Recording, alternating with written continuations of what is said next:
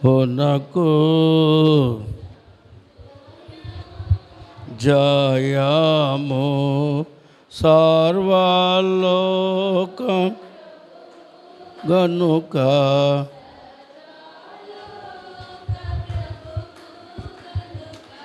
నిశ్చయమైన జయము సర్వలోకం సంపూర్ణ. ప్రార్థన. పరిశుద్ధుడు అయిన తండ్రి, నీ లేఖనము ధ్యానించు భాగ్యం మాకు అనుగ్రహించినందుకు స్తుతులు. కూడి వచ్చిన బిడ్డలను అభిషేకించుము, ఆత్మతో నింపుము, అలాగే కార్య ఆరంభంతము నడిపించమని యేసు నామమున అడుగుచున్నాము తండ్రి, ఆమేన్. ప్రభునందు ప్రియులరా, ప్రభు అయిన యేసు నామములో కృపా సమాధానం కలుగునుగాక. ఆమేన్, ఆమేన్. అందరికీ మరణాత. కూర్చోండి. అందరూ 8 నెలల్లో దేవుడు చివరి వారం దాకా కాపాడినందుకు ఒక్కసారి మనందరం కుడి చేతి దేవుని స్తుతిద్దాం. దేవునికి మహిమ కలుగునుగాక.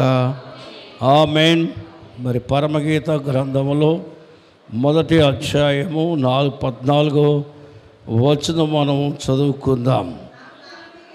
నాకు నా ప్రాణప్రియుడు ఎనిగేది ద్రాక్ష వనములోని కర్పూరపు పూగుత్తులతో సమానుడు. దేవునికి స్తోత్రం. హల్లెలూయా. ఆతృతగా వధువు చెప్తా, నాకు నా ప్రియుడు, నాకు ఏమై ఉన్నాడైనా నా ప్రియాతి ప్రియమైన ప్రియుడు. ప్రభు వధు సంఘము కలిసి 13వ వచనంలో పరిమళము చెప్పండి ఏం కనబడుతుంది? 12వ వచనములో రాజు విందులో నా పరిమళ సువాసన వ్యాపించెను. 13వ అధ్యాయములో ఆయన క్రియారూపమైన కార్యములు నా రొమ్మున నాకు బలమును ఆశీర్వాదమును నేను పలుకు ప్రతి మాటకు మూలమై ఉంది. 14వ వచనములో నాకు నా ప్రియుడు ఎన్గేది అంటే ప్రభు సంఘమునకు ప్రియాతి ప్రియమైన వాడుగా, ప్రియాతి ప్రియమైన వాడు. మనకి హెబ్రీ పత్రికలో 13:29లో మనము ఆయనకు ప్రీతితో సేవ చేయదుము. ఎలాగా అమ్మ చెప్పండి? ప్రీతితో సేవ అంటే మాలాగా సువార్త చేయడం కాదు, ఆరాధిస్తాం, ఘనపరుస్తాం, మహిమకరమైన కార్యాలు క్రీస్తు కొరకు చేస్తాం, సాక్షిగా ఉంటాం, సువార్థికులుగా ఉంటాం, అన్ని విధాలా మాకిచ్చిన వాటిని ఇచ్చి దేవుని ఘనపరుస్తాం. అంటే లోకములో ఆయన కంటే మాకు ప్రియమైనది ఏది లేదు. చెప్పండి, ఆయన కంటే మాకు ఏది లేదు, ప్రియమైనది కాదు. అందుకే ప్రీతితో సేవ చేయదుము. పౌలు ఏమంటున్నాడు? ప్రీతితో. కాబట్టి ప్రభువు వధువు సంఘమునకున్న పరిమళ సువాసన అంటే పాప ఫలితాలన్నింటినీ తాను తీసివేశాడు గనక క్రీస్తు ఇచ్చినటువంటి ఆత్మీయ జీవితములో ఆమె పరిమళిస్తుంది, సంతోషానందాలతో నింపబడింది. దేవుని స్తోత్రం. అందువల్ల ఇద్దరి నోట ఏముంది? ప్రభువు నోట సువాసనే, సంఘము నోట సువాసనే. ఆయన మంచివాడే, సంఘము మంచిదే. ఒకరికొకరు పలకరింపు ఎంత చక్కగా ఉందో చూడండి. ప్రభు సంఘాన్ని పలకరిస్తున్నాడు, సంఘం ప్రభువుని. వారిద్దరూ కలవరముతో లేక మరి ఏమంటారంటే స్మరిస్తున్నారు, ఒకరినొకరు ఏం చేసుకుంటున్నారు? స్మరించుకుంటున్నట్లుగా ఈ వచనాల్లో మనం చూస్తాం. ఇక్కడ ఏమన్నా కర్పూర పూగుత్తులతో సమానం. కర్పూర పూగొత్తులు అంటే కర్పూరము అని ఒక వృక్షం అనుకుందాం. పూగుత్తులు అంటే క్రీస్తు ఈ లోకములో పొందిన అవమానములకు, శ్రమలకు సాదృశ్యమై ఉంది. అందువల్ల నా కోసమే ఇవన్నీ భరించాడు అని సంఘము మురిసిపోయే పరిస్థితి ఇక్కడ కనబడుతుంది. లోకములో ఉన్న విలువైన వాటి కంటే పరిమళైన వాటిని చెప్పండి. లోకములో అన్నిటికంటే విలువైనదని చెప్పండి. సువాసన, మంచి పరిమళము. అలాగే మన జీవితంలో సంపూర్ణత కలిగించేది ఏమండి? మన యందున్న హృదయ సంతోషము, ఆనందము. ఒక మాట చదవండి, 149వ కీర్తన. ఈ పరిమళం అంటే మీకు అర్థమవుతుంది. 2వ వచనం చదువుకుందాం. త్వరగా చదివేయాలా? చదివేవాళ్ళు త్వరగా చదవాలా? 149వ కీర్తన 2వ వచనం. ఇశ్రాయేలు తమను పుట్టించిన దేవుని యందు సంతోషిస్తున్నారు. ఒకసారి చెప్పండి, ఎవరి యందు సంతోషం? ఇది జన్మను బట్టి. రెండవది 6వ వచనం చదవండి, ఏమనుందో. అక్కడే మరొక మాట ఉంటుంది, ఆనందించుచున్నారు. ఏమవుతున్నారు? ఆయన ఆదరణ పొంది, జన్మమును బట్టి సంతోషం, ఆదరణను బట్టి ఆనందం. సంతోష ఆనందములు విశ్వాస జీవితంలో నింపిన ప్రభువునకు మహిమ కలుగును గాక. నిత్యానందము, నిత్యానందము, సత్యానందం నీలో నేనే అమర్చితి. అత్యానందము అగపడుచుండును ఆలోచించు కొలది మనోవిచారము. 6వ వచనం చదువుదా అమ్మా. వారి నోట, వెనుకున్న వాళ్ళు చూడవస్తే చదవండి. వారి నోట దేవునికి చేయబడు ఉత్సాహ స్తోత్రములున్నవి. పరిమళిస్తుంది సంఘం. దేవా నన్ను సృష్టించిన అందుకు సంతోషం. దేవా నన్ను ఆదుకున్నావు అందుకు ఆనందం. దేవా మీరు మాకు చేసిన కార్యాలను బట్టి ఈ భూ సంబంధమైన దేనికంటే నీ నామం గొప్పది కాబట్టి ఉత్సాహము. అంటే పండుగే ప్రతిరోజు మాకు. చెప్పండి ఒకసారి. యేసు నామం ఎంతో మధురం, యేసు మధురం మధురం మధురం, యేసు నామం ఎంతో మధురం.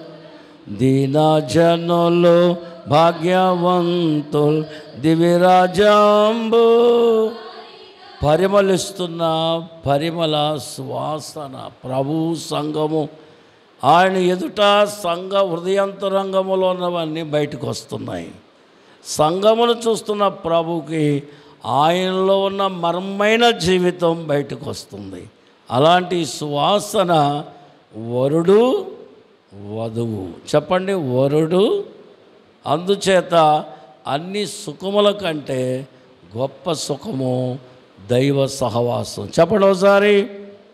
అన్నిటికంటే ఏది గొప్ప సుఖము? దైవ. కాబట్టి ప్రభు యొక్క స్వరూపము సృష్టిలో ఉన్నట్టు మనకి ఆయన రూపము సృష్టి అంతటిలోన ఉన్న వాటిలో పోల్చబడుతూ ఉన్నది. ఆయన లక్షణాలన్నీ ఎక్కడ కనబడుతున్నాయి? అందుచేత ఇక్కడ భూలోకములో ఉంటుండగా ప్రకృతి సంబంధమైనవన్నీ చూస్తూ ఆయన్ని పోలుస్తుంది సంఘం. దేవుని స్తోత్రం. అందువల్ల ఆయనకి ఆనందము. అలా అయితే సూర్యుడు, చంద్రుడు, నక్షత్రములు వీటన్నిటికంటే నా ప్రియుడు గొప్పవాడు అని స్తుతిస్తుంది. రేపు పరలోకములోకి వెళ్ళిన తర్వాత ఆయన సింహాసనం దగ్గర ఉన్న వాటిని బట్టి అప్పుడు వర్ణిస్తుంది. కానీ ఇప్పుడు వర్ణన ఏంటి? ఈ భూలోకంలో సృష్టిలో ఉన్న ప్రతి దానిని చూసి ఎవరిని వర్ణిస్తుంది? ప్రభు అయిన యేసుక్రీస్తుని. ప్రభువు కూడా సంఘము ఎక్కడ స్థితిని బట్టి స్తుతిస్తూ ఉంటే అక్కడ ఎప్పుడు స్తుతిస్తుందా అని ఆశిస్తూ సంఘమునకు పరసంబంధమైన పరలోక సంబంధమైన ఆత్మీయ ఆనందాన్ని నింపుతున్నాడు ప్రభు. దేవునికి స్తోత్రం, హల్లెలూయా. కాబట్టి దేవుని పిల్లలు గమనించండి, ఇందులో ఎన్గేది చెప్పండి. ఎన్గేది అనే మాటకు అర్థము క్షమాపణ. చెప్పండి. కొన్ని రిఫరెన్స్ నేను చెప్తాను, రాసుకోండి, తర్వాత మళ్ళీ ఇంటికి వెళ్ళి చదువుకోండి. యెహోషువ గ్రంథము 15:61-63, మొదటి సమూయేలు గ్రంథము 2వ అధ్యాయము 1వ వచనం, మొదటి సమూయేలు గ్రంథం 23:19 వచనం, మొదటి సమూయేలు గ్రంథం 24:6-17. ఎనిగేది యొక్క చరిత్ర ఇందులో మీకు కనబడుతుంది. ఇశ్రాయేలుకు దేశం కనాను దేశం పంచినప్పుడు వచ్చిన భాగాలు ఎవరెవరికి వచ్చి దాని గురించి వివరించబడి ఉంటుంది. రెండవదిగా మనం చూస్తే మళ్ళీ చూడండి, అందులో 2వ దినవృత్తాంతములు 22వ వచనం. ఇవన్నీ మళ్ళీ నేను ప్రసంగంలో చెప్తాను. ఎహెజ్కేలు గ్రంథము 17:10. దేవుని స్తోత్రం. అలాగే ద్రాక్షవనం, ఏమండి, ద్రాక్ష రెండవది. ద్రాక్ష అనగా ప్రేమ. ఏం కనబడుతుంది? ప్రేమ. యూదా జనాంగము ద్రాక్షవనమునకు పోల్చబడింది. ఐగుప్తు నుండి వచ్చినట్లుగా 80వ కీర్తన 8-11 వచనాలు. యెషయా గ్రంథము 5:7 వచనం, 5:7. మత్తయి సువార్త 21:33. యోహాను 15:1. మూడవదిగా చూస్తే కర్పూర వృక్షము. ఇది చేదు, ఇది చేదు. చేదనే రాసుకోండి. 1 క్షమాపణ, 2 ప్రేమ, 3 చేదు. యెషయా చూడండి, ఎబ్రీ పత్రిక 5:7. క్రీస్తు జీవితమే చేదు. ఇప్పుడు మామూలుగా మనం వాక్యాన్ని ధ్యానం చేద్దాం. దేవుని స్తోత్రం. నాకు నా ప్రియుడు, చెప్పండి. నాకు అనే మాట మనం ఇక్కడ చూస్తూ ఉన్నాం. ప్రియులరా, ప్రభు యొక్క మాటల్లో ఒకటి నాకు నా ప్రియుడు అనే మాట మనం చూసినట్లయితే ఎందుకు ఈయన ప్రియమైన వారు అయ్యారంటే, శిలువ మరణమును పొంది పునరుద్ధానుడై ఆరోహణుడై తిరిగి రాబోతున్నాడు.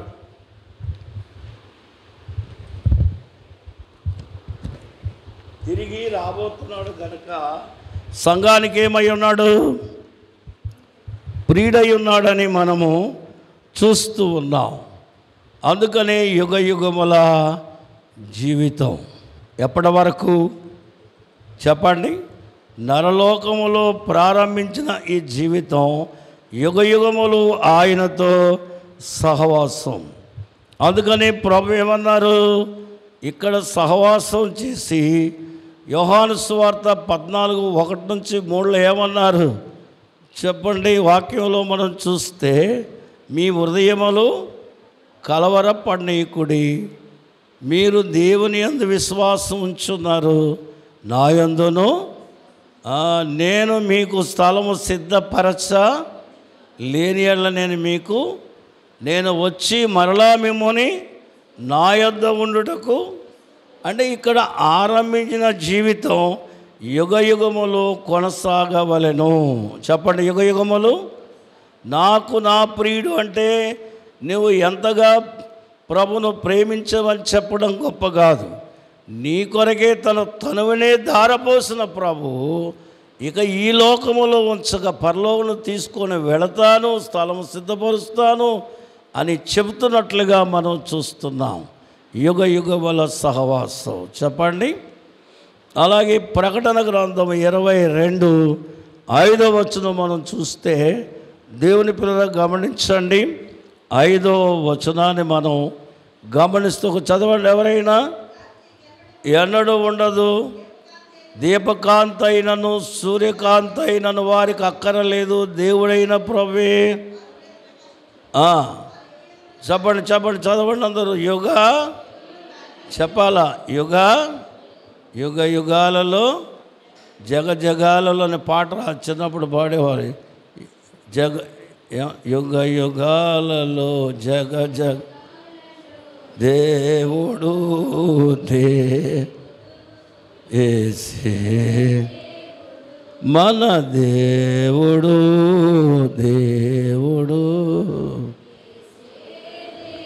ప్రియులరా, ఈ సహవాసం కలిగిన ప్రభు భూమి మీదకి ఎలా వచ్చాడైనా? సర్వలోకం, పాలస్తీనా దేశం ప్రపంచానికి సెంటరు. ఆ పాలస్తీనా దేశంలో యెరూషలేం, ఆ యెరూషలేం ప్రాంతంలో బెత్లెహేము సెంటర్గా ఉంది. ఆ బెత్లెహేములో సెంటర్ ఏం చెప్పండి? పశువుల పాక. అది దావీదు పురము, రాజుగారైన దావీదు. అందువల్ల యేసయ్య బెత్లెహేములో జన్మించడం కారణం ఏంటంటే దావీదు కుమారుడు. ఎవరు కుమారుడు ఈయన? ఎందుకు అక్కడికి వచ్చాడు? కీర్తన చదువుకుందాం. 50వ కీర్తన 1వ వచనము ఓసారి చదువుకుందాం. 50వ కీర్తన 1వ వచనం త్వరగా చదవాలా.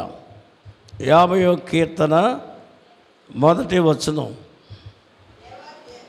దేవాది దేవుడు యెహోవా ఆజ్ఞ ఇచ్చుచున్నాడు, తూర్పు దిక్కు మొదలుకొని పడమర దిక్కు వరకు ఆ భూనివాసులను రమ్మని. మనము పాలస్తీనా దేశానికి తూర్పు పడమరలుగా ఉన్నాము. యావత్తు దేశమంతటిని ఆయన రక్షణ వాగ్దానము లేక రక్షణ వాక్యం అందించ నిమిత్తమై ఇదిగో మానవులందరూ రక్షకుడుగా ఉండి అందరినీ పిలుస్తున్నాడు. చెప్పండి, అందరినీ రండి రండి యొద్దకు రమ్మను, ప్రయాసపడి భారము మోయువారలు ప్రభుని చెంతకు. కాబట్టి యావత్తు ప్రపంచంలో మానవ సంతతిని పిలవడానికి పాలస్తీనా దేశానికి వచ్చాడు ఆయన. అందువల్ల నాకు నా ప్రియుడు, అందరూ చెప్పండి ఒకసారి, నాకు, నన్నే కాదు, ఇప్పుడు ఎత్తబడిన కాదు, ప్రతి వ్యక్తికి ఆయన వార్త అందాలా, ప్రతి వారు ఆయన కొరకు ఆయన స్వరం వినాలా. ఆ మాటను ఇక్కడ మనం చూస్తున్నాం. అందరికీ పిలిపి అందిందా అంటే ఈవేళ బూదిగాంతముల వరకు ఆయన సువార్త వెళ్ళిందా వెళ్ళలేదా? అలాంటి కాలంలో ఉన్నాం. కాబట్టి ఇప్పుడు చెప్పండి, ప్రభు త్వరగా వస్తున్నాడా, ఆలస్యం ఉందా? గట్టిగా చెప్పండి, ఆలస్యమా వస్తున్నాడా? ఒకవేళ ఇప్పుడే వస్తే వెళ్ళిపోదామా ఉండిపోదామా? ఎంతమంది ఇంటికాడ చెప్పొచ్చారు ఒకసారి? మళ్ళీ రామండి, మళ్ళీ రాము, సెయింట్ పాల్ స్కూల్లో మా ఆరాధన నుంచి అక్కడి నుంచి అక్కడే వెళ్ళిపోతున్నామని చెప్పొచ్చారా అమ్మా? గట్టిగా చెప్పండి. చూడండి, ఆనోకుని ఎవరు తీసుకెళ్ళిపోయారు? ఆ పాదిరి గారు, నాలంటూ పాదిరి గారు ఏమో టూరిస్ట్ పాస్ట్ గారు వచ్చేటోడికి ఆనోకు లేడు. ఉన్నాడా? లేడు. ఎవరు పట్టిపోయారు ఆయన్ని? అలాగే ఈవేళ టూరిస్ట్ పాస్టర్లు అందరూ నాకు ఆ ఊరు ఈ ఊరండి కలిసి సంఘం వెళ్ళిపోద్దు, అందుకని నేను ఆదివారం ఏ సంఘానికి వాక్యం చెప్పడానికి వెళ్ళను. ఒకవేళ ఇది రాకడైతే నేను ఉండిపోతా, మీరు వెళ్ళిపోతారు. నేను చెప్పండి, నేను వెళ్ళిపోదును గియ్యో నీ ఉండిపోదు అని అయ్యగారు రాశారు. అంచేత మనము ఎప్పుడు సంసిద్ధంగానే ఉండాలా. ఎందుకంటే ప్రభు అంతరంగమును ఎరిగింది సంఘం. ఎవరి అంతరంగం? ఆయన ప్రేమలో మునిగిపోయింది, ఆయన ఆనందంలో మునిగిపోయింది, ఆయన ఆశీర్వాదాల్లో మునిగిపోయింది, ఆయన కార్యాలతో మునిగిపోయింది. నిత్యము మురిసిపోయేదే పెండ్లి కుమార్తె. చెప్పండి ఏంటది? నిత్యము మురిసిపోయేదే ఎవరు? పెళ్లి కుమార్తె. నేనెవని ప్రేమింతో నీ కంటెలో, నేనెవని నీ కంటే లోకమున నేనెప్పుడు మరువను నీ ప్రేమ, నేనెప్పుడు. ఎన్గేది రెండవది చెప్పండి. ఎన్గేది దావీదుని సౌలు తరుముతున్న కాలంలో ఇది ఒక అరణ్యము. ఇది ఒక మనకి బైబిల్ గ్రంథం చివర మరి చారిత్రకంగా మనకి అన్ని పుటలు రాసి ఉంటాయి. అందులో ఇది సముద్ర తీరం యొక్క లోపల, అంటే మధ్యధరా సముద్ర ఆ ప్రదేశానికి అరణ్యంగా ఇది చెందిన ప్రాంతం కాబట్టి ఇది చాటుగా ఉంది, దాక్కోవడానికి బాగుంది. అందువల్ల ఈయన ఎక్కడికి వచ్చాడు చెప్పండి? ఎన్గేదు. ఇప్పుడు చదవండి 2 దినవృత్తాంతములు 20వ అధ్యాయం 2వ వచనం చదువుకు త్వరగా చదివేయాలి. మీరు త్వరగా చదివే వాళ్ళు ఉంటే 2 దినవృత్తాంతములు 20వ అధ్యాయము 22వ వచనంలో ఏం కనిపిస్తుంది చెప్పండి? స్తుతించుటకును యెహోవా యూదా వారి మీదకు వచ్చిన మీదను శయీరు మాన్య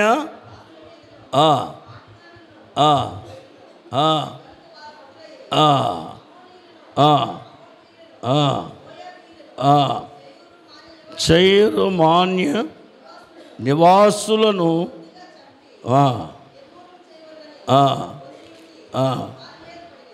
దేవునికి స్తోత్రం, హల్లెలూయా.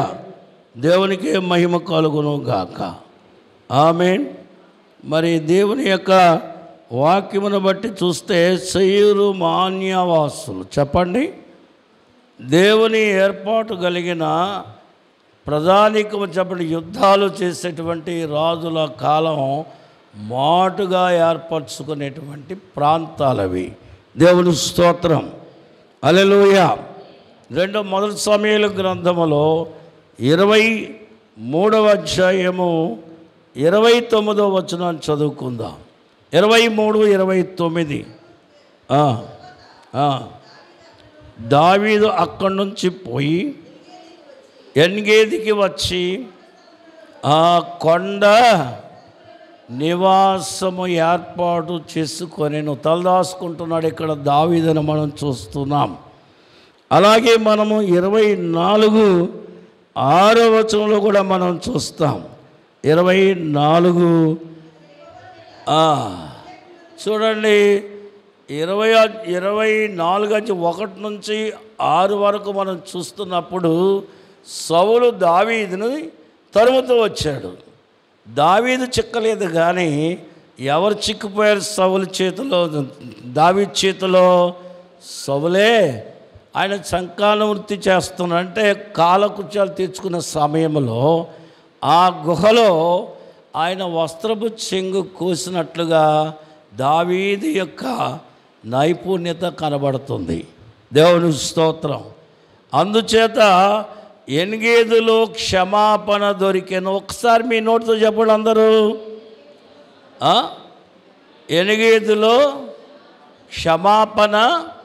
కనుక దావీదును బట్టి సౌలు గారికి ప్రాణభిక్ష పెట్టబడింది. దేవుని స్తోత్రం. అందరూ ఏమన్నారు? మనకు శత్రువుగా ఉన్నవాడు దొరికాడు కాబట్టి తొందరగా చంపేస్తే రాజ్యం మందవుద్దన్నారు. దావీదేమన్నాడు చెప్పండి? దేవుడు అభిషేకించు వానిని మనం ఏం చేయకూడదు? సంహరించకూడదు. దేవుని స్తోత్రం. అందుచేత ఈ గుహలో, ఎన్గేది గుహలో దావీదుకి ఏం దొరికిందట అమ్మా?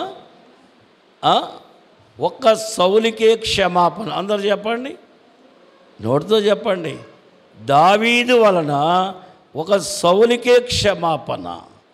కలువరి దగ్గర దావీదు కుమారుడైన యేసుక్రీస్తు ద్వారా సర్వలోకమునకు క్షమాపణ. చెప్పండి అందరూ, చెప్పాలా?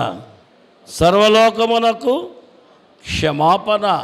అందుకని మనము 130వ కీర్తన 4వ వచనంలో యెహోవా దగ్గర క్షమాపణ దొరుకును. దేవుడు స్తోత్రం.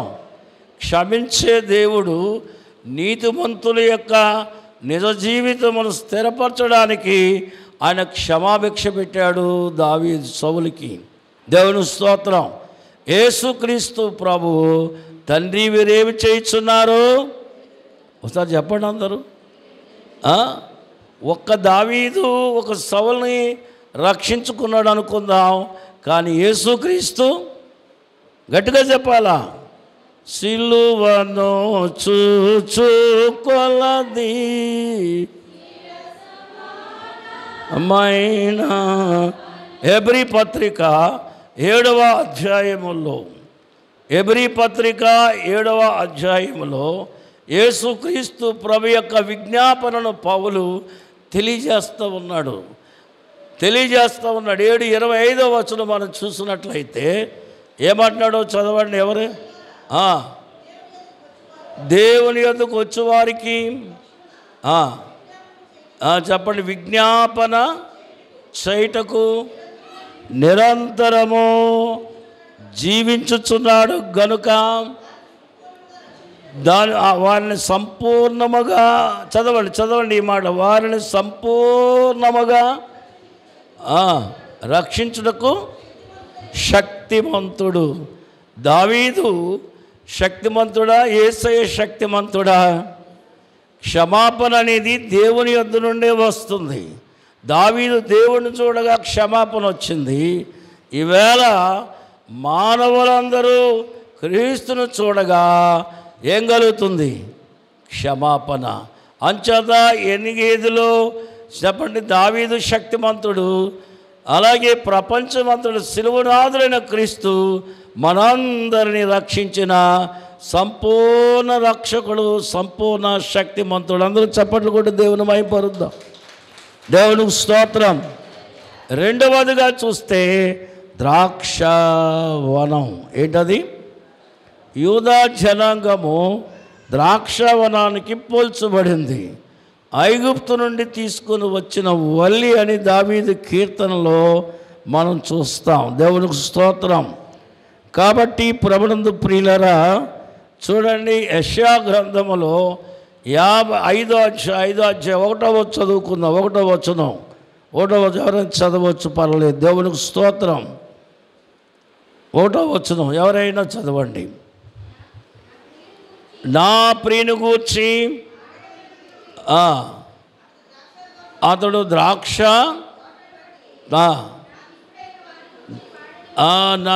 నాకు ఇష్టమైన వాని గూర్చి పాడెదను వినుడి. దేవుని స్తోత్రం. హల్లెలూయా. ద్రాక్ష అనే మాటకు వచ్చేటప్పటికి ఉల్లాసం. ఏం చెప్పండి? ప్రభువైన యేసుక్రీస్తులో రక్షణ పొందిన విశ్వాసి ఆయన ప్రేమలో తరచి ఆయన ప్రేమలో నింపబడిన విశ్వాసికి ఏముంటుందట? ఉల్లాసము. చెప్పండి, ఏముంటుంది?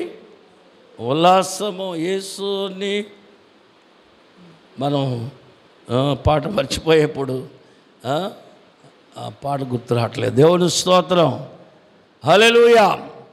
ఉల్లాసము కలిగిన స్థితి సంఘము కలిగి ఉంది.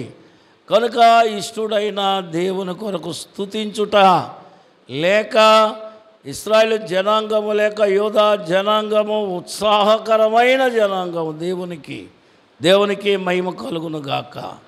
అందుకని 80వ కీర్తనలో 9వ చదువుకుందాం. 9వ వచనం 80వ కీర్తన.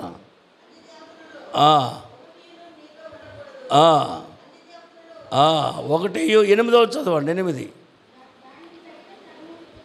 8 దానికి తగిన స్థలము దాని వేరు లోతుగా పారి ఆ దేశమంతటా కనుక దేవుని చెప్పండి సంకల్పమునకు సాదృశ్యమైన సంఘము యోధా జనాంగము. దాని వేరు లోతుగా పారి దేవునికి స్తోత్రం. అందుచేత ఆయన యొక్క ధర్మశాస్త్ర విధి విధానాలు ఆశ్చర్యమైన కార్య సాధకమైన శక్తిని బట్టి ఈ తోట మనం చూస్తాం. అందుకని యెహోవా ద్రాక్ష తోట చెప్పండి యెహోవా. అందుకని యేసు ప్రభువు ఈ తోట మీద ఏం చెప్పాడు? ఆయన ఉపమానం చెప్పాడు. ఏం చెప్పాడండి? ఉపమానం ఒకటి ఆయన చెప్పినట్లుగా మనం మత్తయి సువార్తలో 21:33 నుంచి 35 వరకు మనం చూస్తున్నాం. ప్రపంచమంతా బాగా వినండి, ప్రపంచమంతా ద్రాక్ష తోట అయినట్లయితే యోధా జనాంగము అంజూరపు చెట్టు. ఏం చెప్పండి? యోధా జనాంగము. అలాగే ప్రపంచంలో ఇశ్రాయేలు జనాంగము ద్రాక్ష తోట అయితే యోధా జనాంగము చెప్పండి చెప్పండి దేవుని వనం. చెప్పండి దేవుని వనం. ఒకసారి అనండి, మీరు నాకు మర్చిపోతాను అందుకని. దేవుని వనం. యెషయా 5:7 వచనంలో మనం ఈ మాట చదవగలం. 7వ చదవండి, ఏమని ఉంది? 7వ వచనంలో దేవునికి స్తోత్రంగా ద్రాక్ష తోట యోధా మనుష్యులు ఆయనకి ఇష్టమైన వనము. దేవునికి స్తోత్రం. ప్రభునందు ప్రియులారా, ద్రాక్ష అనే మాటలో ప్రేమ కనబడుతుందని చూసాం. క్షమాపణ ఎక్కడ ప్రారంభమైందో ప్రేమ. అందుకని నీ ప్రేమ ద్రాక్షారసము కన్నా అని పరమగీతంలో ఉంది. ద్రాక్షారసము కన్నా ఎక్కువ లేక మిన్నని మనం చెప్పొచ్చు. దేవునికి స్తోత్రం. కాబట్టి దేవుని యొక్క వాక్యములో అనేకమైన ఈ జనాంగము సర్వలోకమునకు ఈ సంతోషాన్ని దేనివల్ల పంచగలిగిందంటే ధర్మశాస్త్రము. చెప్పండి, ధర్మశాస్త్రము నుండి ఈ లోకములో ఏర్పడిన క్రైస్తవ సంఘము నుండి దైవ వాక్యమైన బైబిల్ గ్రంథము. దేవునికి స్తోత్రం. హల్లెలూయా. బయలుపరచినావు నీ బయలుపరచినావు నీ బయలుపరచినావు. అందువల్ల బైబిల్ గ్రంథం వల్ల ఎన్ని గ్రంథాలు లోకంలో వ్యాప్తి చెందిన పారమార్థికమైన జ్ఞానం. ఒకసారి చెప్పండి మీ నోటితో. వధువు యొక్క జ్ఞానం ఎలాంటిదట? పారమార్థికమైన జ్ఞానము ఈ సంఘము. చెప్పండి. అందువల్ల ఆయన ఏమై ఉన్నాడు? నిరంతర స్తోత్రార్హుడు. చెప్పండి, నిరంతర. ఓసారి ఇలా చెప్పుకోవాలి, నిరంతర స్తోత్రార్హుడా. నిజమేనా? గుడ్డి మీద చెప్పండి. రోమాపత్రికలో 9:5 వచనంలో మనం చూస్తున్నాం. దేవుని స్తోత్రం. రోమాపత్రిక 9:5. ఈ ద్రాక్ష వల్లి అంటే ఈ ద్రాక్ష ఫలము నలిగితే రసం వచ్చినట్టుగా క్రీస్తు యొక్క ప్రేమ ఆయన శరీర ప్రాణాత్మలు మనకు అర్పణ చేసి ఆయన రక్తముగా ఆయన చిందించినట్లుగా మనం చూస్తూ ఉన్నాం. ఆయోట ముంగి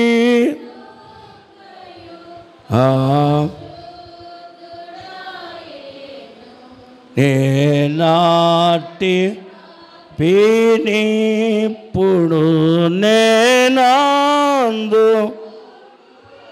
కనుక ఇక నేను పై మాటలు చెప్తా, టైం అయిపోతుంది కాబట్టి. ప్రియులరా, దావీదు వచ్చినప్పుడు ఎన్నికేది అరణ్యము చెప్పాలా? అందరూ క్రైస్తవ సంఘము భూమి మీద స్థాపన చేసినప్పుడు ప్రపంచమంతా అంధకార అరణ్యములో ఉంది. అంధకార అరణ్యము. భారతదేశంలో క్రైస్తత్వం వచ్చి ఈ దేశానికి మీరు మాకేమి చేయలేదని వాదిస్తున్నారు. అవునా కాదా? మూఢాచారములన్నీ బయటికి తీసి మంచి ఆచారములు తెలియజేసిన సంఘమేది?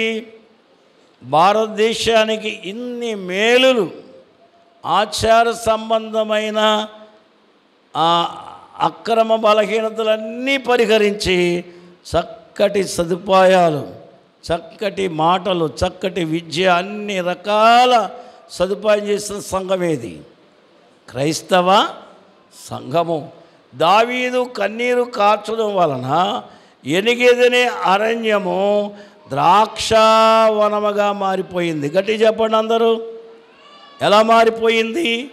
ఒకవేళ యేసుక్రీస్తుని ఎరుగక ముందు నీ జీవితం అరణ్యమైన ఉంటే ఈవేళ ద్రాక్షావనముగా, అంటే ప్రేమతో సహవాసముతో నిండిపోయే గొప్ప వనముగా గొప్ప వనముగా మారాల.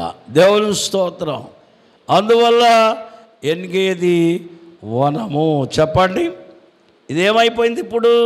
ద్రాక్ష తోట. చెప్పండి, ద్రాక్ష.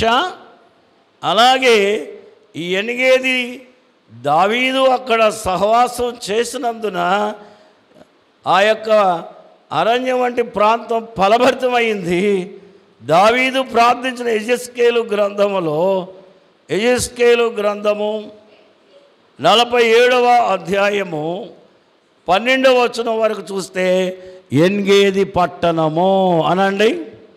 ఒకసారి చెప్పాలి మరి మీరు. దావీదు జీవితము అరణ్యం వంటిది. ఆయన అక్కడ దైవ సన్నిధి చేసినందున ద్రాక్షవనంగా, దైవ సన్నిధి చేసి వనము ఆ ప్రేమ వ్యాప్తి చెందింది గనక ఇవాళ నగరము లేక పట్టణము. చెప్పండి, పట్టణం అనగా వేడుక. ఒకసారి చెప్పండి. అరణ్యం వంటి నీ బ్రతుకులో ద్రాక్షవనం వంటి ప్రేమతో నింపిన దేవుడు ఈవేళ వరుని ప్రేమ స్మరణ నే వరుని పరిపూర్ణమౌచున్నది,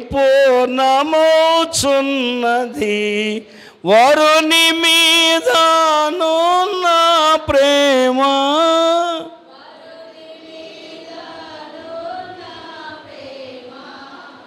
ఇప్పుడు చెప్పండి అమ్మా, ఏమైంది? పట్టణం, వేడుక.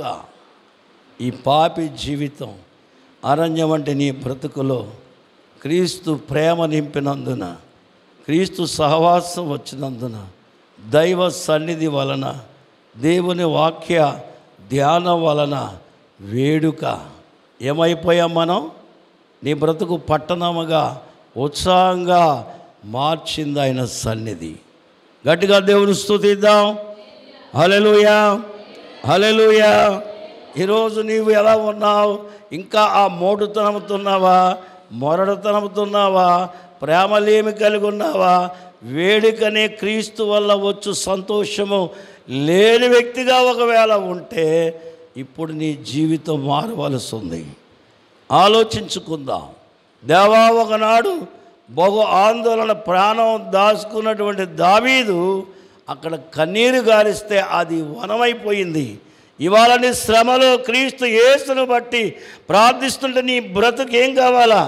ద్రాక్ష వనం వలె నీ ప్రాంతాలు ఏం కావాలా? ఆశీర్వాదకరంగా పట్టణంగా మారినట్టు నీ బ్రతుకు పట్టణము, వేడుక, ఉత్సాహము, ఆనందము. 2 కొరింథీ పత్రికలో పౌలు ఏమంటాడండి? 2:14 నుంచి మేము క్రీస్తునకు వేడుకగా ఉన్నాం, అంతేకాదు ఊరేగిస్తున్న దేవుడికి స్తోత్రం. జయోత్సాహముతో, ఉత్సాహముతో ఇవాళ కడవరి దినాలలో సంఘము ఎలా ఉండాలంటే క్రీస్తు యేసును బట్టి ఈ గొప్ప స్థితి, ఈ గొప్ప వేడుక నా హృదయంలో నా ప్రాణప్రియుడిచ్చాడు గనుక. ఎవరిచ్చారు? నా ప్రాణ ప్రియుడు. దేవుని స్తోత్రం. నిష్పక్షపాతము దోడ చెప్పవలెనన్న పుష్ప వనమిది ఒకటియే నా పుష్పవన.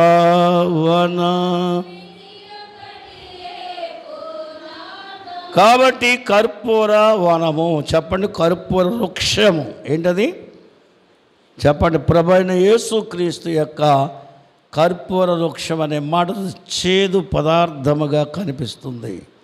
కాబట్టి ఆయన బ్రతుకంతా రోదనతో కన్నీళ్లతో ఆయన ఈ లోకములో ఆయన జీవించాడు. కాబట్టి రెండవదిగా మనం మరి ఐదవదిగా చూస్తే పూగుత్తులతో సమానం. ఒకసారి చెప్పండి అందరూ. యేసు ప్రభువుని ఏమన్నారు? మరియమ్మ కుమారుడు అన్నారు. అలాగే తక్కువ చేసి మాట్లాడారు, దెయ్యాలు వదిలించే బెల్జెబూల్ అని చెప్పేసి మాట్లాడారు. అలాగే పాపులు భోంచేస్తున్నాడు అన్నారు. అనేక రకాలుగా ప్రభువుని ఏం చేశారు? ఇన్ని నిందలు, ఇన్ని అవమానములకు అన్నిటినీ ఆయన ఎందుకు సహించాడు అంటే ఆయన అనుభవమంతా చూస్తే నా మీద ఉన్న ప్రేమ. దేవుని స్తోత్రం. ఇంత ప్రేమ కలిగిన వాడు నా గురించి ఇన్ని సహించుకొని నన్ను రక్షించుకున్నాడు. కాబట్టి ఇప్పుడు నేనెంత సహనంగా ఉండాలా చెప్పండి. అందుకనే ఎనిగేది ద్రాక్ష వనములో కర్పూరపు పూగుతులతో శ్రమానుభవములతో ఈ లోకములో ప్రియుడు కఠినాతి కఠినమైన శ్రమలు భరించాడు, నిందలు భరించాడు గనక ఆయన కొరకు నేను ఈ ఎమోషన్, రోషం, పౌరుషం, ఈర్ష్య ఫలితాలన్నీ పక్కన పెట్టి క్రీస్తుని ఘనపరిచి సరైన వధువుగా తగినట్టుగా ఉండే భాగ్యం దేవుడు అనుగ్రహించునుగాక. మేము ప్రార్థించుకుందాం. ఒక్క నిమిషము. దేవా నీ దీవెన, నీ ఆశీర్వాదం మాకు ఇచ్చి